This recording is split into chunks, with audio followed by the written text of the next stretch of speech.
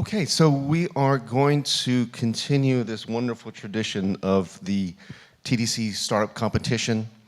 For the second time only, while there was an audience winner, the judges were deadlocked on who should be their choice. And so we have 3 this year, which is great to see. We've made a little space in the schedule to accommodate it all, and I think you'll find all 3 to be very different and also very interesting, but I guess that's to be judged. And at the end, we will be asking you to choose our final winner. The prizes include, it'll be a £1,000 cash prize to the winner. Obviously, they'll be invited back as well, as we have done with Stephen Mitchell, who should be somewhere in the audience. It was sqcdp.co.uk that won last year's competition. It's been wonderful to have him back. And yeah, and also we have from Minkoff's, again, with their sponsorship, a pro bono package of legal support to the finalists, which is great, and I know it was very happily used by multiple folks last year, which was lovely to see that relationship starting. And so we had the semifinalists here from yesterday. I won't go through them all, but they were 10, and I can say, being in the judges' room, there was, they really thought the quality was great this year. There was a lot of debate as to who should go forward, and in fact, in addition to having 2 coming from the judges as finalists, we had Hamish Rutherford from Flow receiving an honorable mention, which was lovely. And so let's go forward. We have here, as the finalists, we have, I'll say them in the order they're going to be pitching, would be GigLab. Victoria Smith will be representing, well, she's the founder of GigLab. And then after that will be Aelid from Dekiln, Aelid Roberts from Dekiln. And then we have, for the third, is Rachel Boyd-Moss. Did I get the name right? Yes, fantastic. Visiting us from Cambridge and representing the Offset Greenhouse. So, away we go. Victoria, are you ready to join us on stage? Okay, fantastic. Well, can we welcome Victoria Smith from GigLab?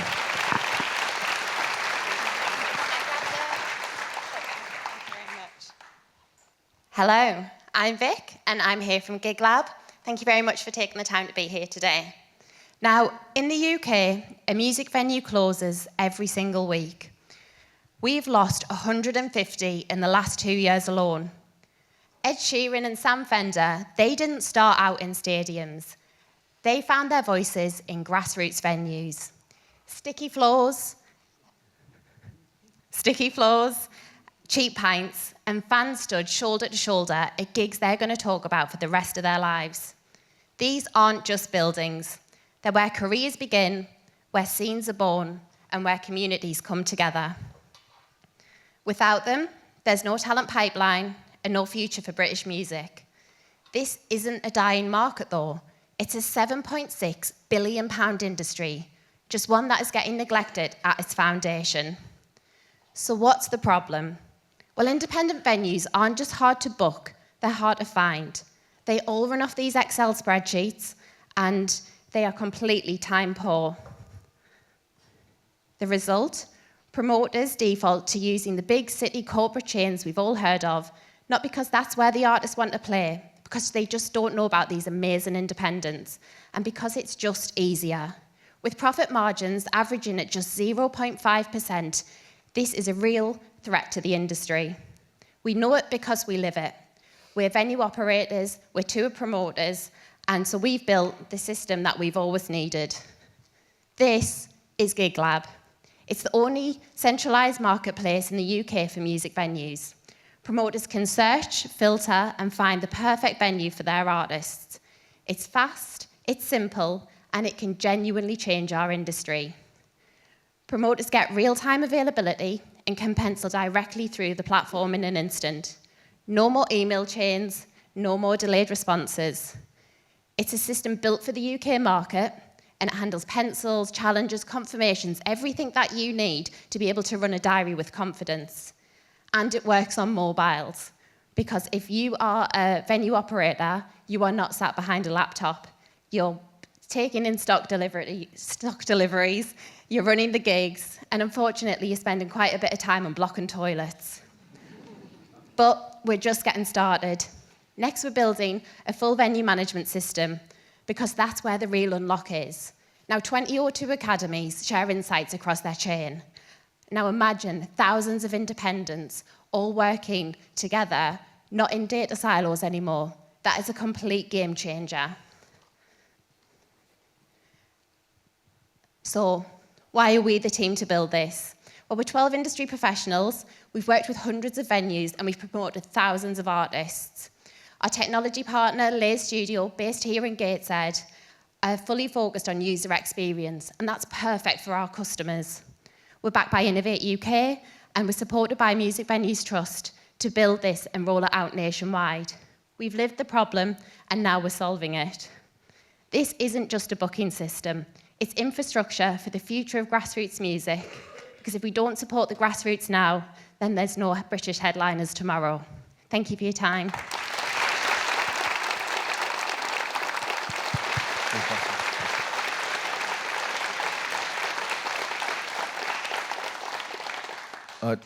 Just really quick, why are independent venues what's happening to them that they're going under at such a rate?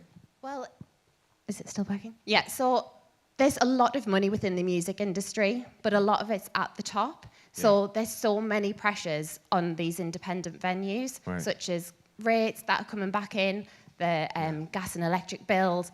And basically, as I said, because promoters just find it easier to use the chains which are owned by the big corporates. Yeah.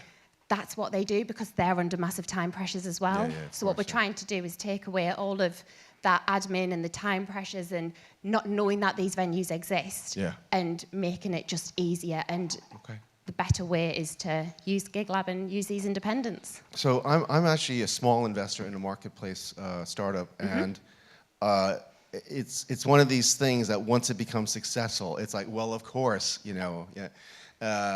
What's sort of the magic thing that you guys need to? What do you see as like the key thing that needs to happen in order to get your marketplace off the ground? I think we're quite lucky in that. I think that we've already accessed that. So Music Venues Trust is the charity that sits over 810 independent venues within the UK. Getting them on board, and then ancillary other organisations like Sunderland Music City to really advocate for this system to their memberships and to the venues within their location. That's the push that we need to really get people onto the platform. And as you said, once some people are on there, it's the FOMO effect. Everyone else wants to be there, and they see the benefits of being able to kind of have a faster, easier system that you just then think, how did we ever live without this? Victoria, thank you so much. Thank you so much, Cheers. and thanks everyone for being here.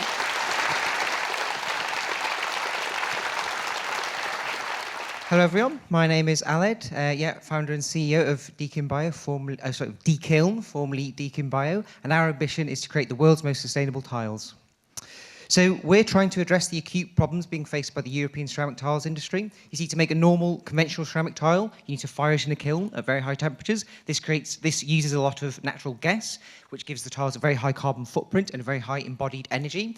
This, coupled with high gas prices and tightening emissions regulations, basically is putting a lot of pressure on the industry, and there's been several high-profile closures of ceramic tile manufacturers in the UK even in the last couple of months. So our solution is a patent-pending technology called biosintering. Essentially, it's a way to make a material that is functionally equivalent, so looks, feels, and behaves like a ceramic tile, but avoids the kiln firing. This reduces the carbon footprint by about 20 times, reduces the air pollution by about 99%, and reduces the energy costs by 90%, which is a big fraction of the cost for normal ceramic tile.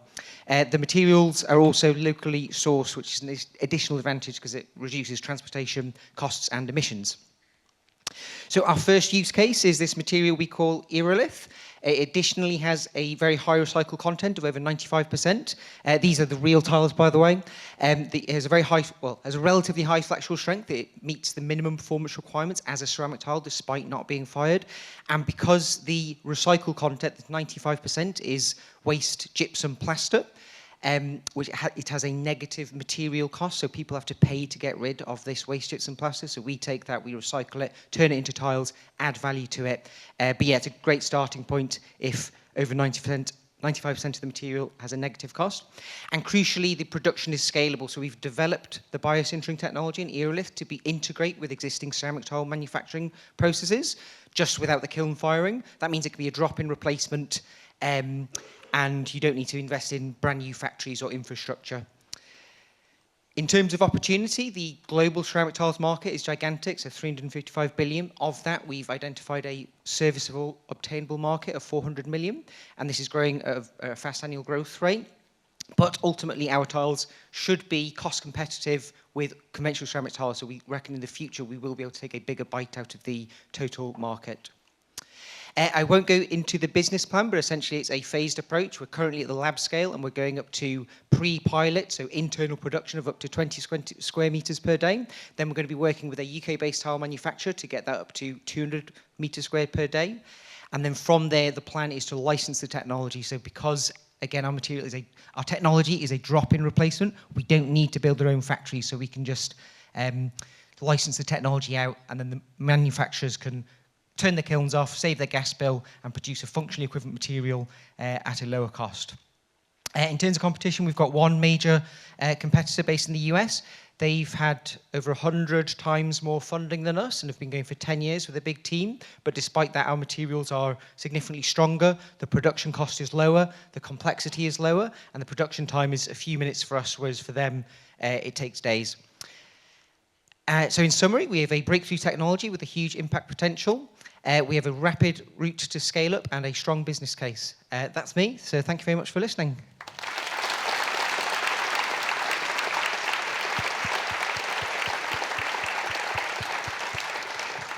If I remember correctly, these ideas were originally inspired by, I believe, were you doing your PhD in research about terraforming Mars? Yes, so that's the origin of the technology. So yeah, my TED talk covers the background of the technology. I forgot to mention, because my brain was going too fast, that the materials are bio-inspired, similar, based on things like seashells or tooth enamel. So they're minerals with a bio-based binder sticking them together. And the precursor technology to that was thinking about how we could potentially build on the Moon and Mars using biopolymer binders that we're going to have available anyway. I won't spoil the TED talk, but I recommend checking it out. Nice as well that I guess like Natasha's startup, you're also taking waste materials and converting them into something more useful than waste. That's right. So the origin of the startup was over the COVID pandemic, and I was bored at home.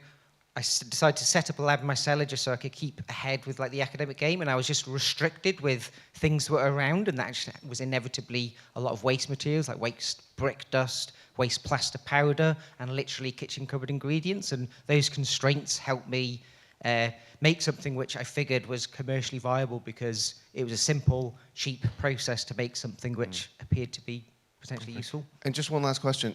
Did you say the total market for tiles is 355 billion a year? Yeah, according to the internet. Okay. Perhaps Big Tile has been littering it with fake facts, but I'm sure it's big. That seemed quite large, much larger than I thought it would be. I think I might have to double check that now, because it does seem very big. Well, thank you so much. Thanks very much. Cheers. Cheers. Thank you.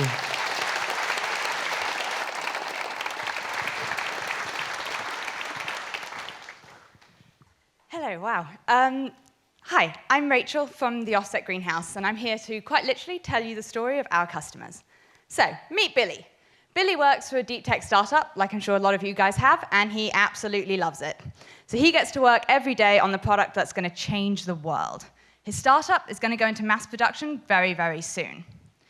So Billy's startup needs ISO 9001 accreditation so that they can gain the trust of big brand customers. Now, this accreditation shows that they have a good commitment to quality and that they're a serious player in the industry. So Billy's asked to help out with this. He doesn't have any experience, but he goes online and he finds a gap analysis, and his startup seems to have an awful lot of gaps. So he goes online again and he buys some procedure templates. There's a lot of documentation in these templates saying that they have to do, but everyone promises to help out. So all the managers are really, really stressed about ISO because without ISO, you just can't sell your product. So Billy works really long hours and he manages to get ISO 9001 accreditation in just 5 months. Yay! Problem is, now Billy's having to maintain those ISO systems. No one's doing the documentation required because there's a bunch of issues with the product that they're trying to fix. Billy doesn't get to work on the product anymore because all he does is try to maintain all the ISO documentation. This is not what Billy signed up for, and it's definitely not what his founder hired him for. Unfortunately, Billy is not unique. His story is based entirely on customer interviews and my own personal lived experience. So ISO 9001, as you heard, is essential for any startup selling a physical product to a big brand. However, there's 3 main problems in a startup. First of all, writing ISO procedures is super tricky. Typical templates mandate way too much documentation, and if you don't have a clear roadmap, there are just issues absolutely everywhere. So Billy needs a tool that uses AI to write and update procedures, check documentation, and highlight where there's issues. And all of that has to plug into his existing software, so there's a 0 implementation time. And that's the OG solution. Billy, for a simple subscription of just £278 per month with an initial 6-month buy-in, Billy can scrap the horrible gap analysis and all those generic online templates. And all he has to do is fill out a straightforward questionnaire. Then an LLM taps into a vast knowledge base, which creates a simple roadmap for him, along with personalized procedures and does background documentation checks, which helps to instill really good practices long after they've actually achieved accreditation. Now, rather than 100% ISO work, Billy can gain back up to 80% of his time to think about the exciting startup tech, which is what he was actually hired to do. You'll be pleased to know help for Billy's already on the way. We're currently doing paid consulting with startups to work out the minimum viable product, and then we'll seek funding to build and grow.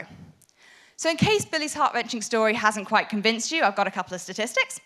So accreditation typically happens in under 6 months, showing that startups need an instant solution. They can't have any implementation time. The alternative to Billy's DIY approach is hiring an expensive consultant like me, so showing that startups really do have budget for this solution. And finally, there were over 35,000 active ISO 9001 certificates in the UK alone in 2023, and that's just one accreditation. We plan to expand into many more. So let's make accreditation work for startups, not the other way around. Employees like Billy need to focus on the tech that will change the world. Thank you.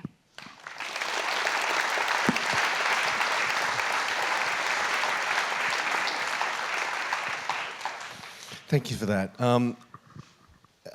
First, I was surprised by the sheer number of people trying to get ISO 9000. What drives that? Like, why are so many people trying to get this viciously difficult thing to get? What's the size of the prize at the end of that? Yeah, so that's a really great question. So it tends to be very kind of customer driven. So if you want to sell to any big brand customer and they're going to basically incorporate your tech into their tech, they need some assurances that A, your tech works and it's going to continue to work, and also that you as a business, particularly as a startup, are still going to be there in 5 years. So we all know startup failure rates. So big brands want that kind of assurance, and that's what ISO 9001 gives them. It basically says you're running your company well, you're analyzing your risks, you're prioritizing customer satisfaction, which customers always like to hear, and that you actually are caring about your product quality. And it's because all these big brand customers as well have ISO 9001, their kind of supplier criteria tends to say all of our suppliers have to have ISO 9001.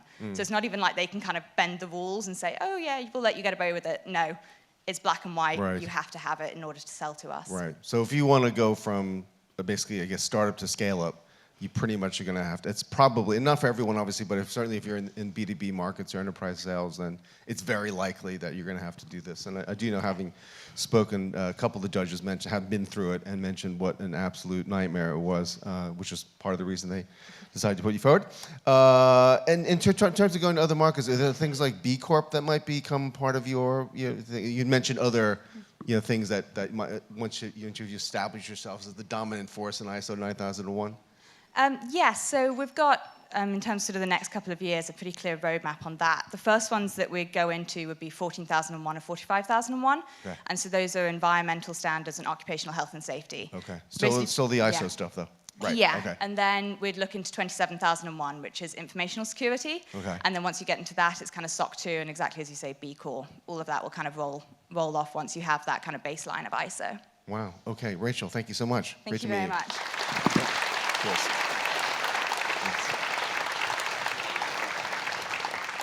Okay, so the results of our startup competition are in. It was a very close vote. I believe 6 votes separated the winner and the second place person. And so to tell us more is Maddie Rippin representing Minkoff. Maddie, are you here with us? Oh, great.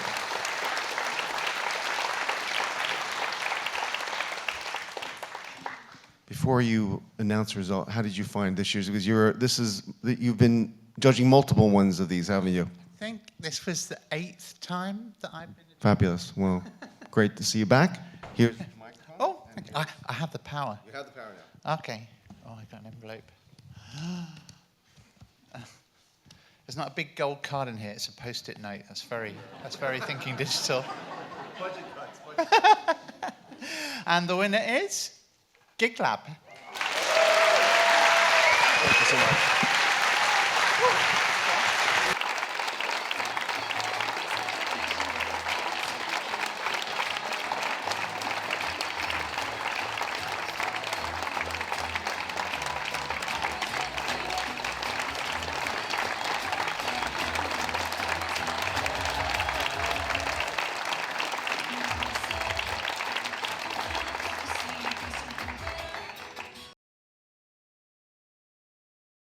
Just massive congratulations to the other 2 kind of companies who were up here with me. I absolutely messed up my pitch yesterday, and I managed to get through the support of the audience, and I really didn't want to come back today. I did it because I'm really passionate about the grassroots music sector, and as many people as I can tell the story and get people to think about supporting it, I will do.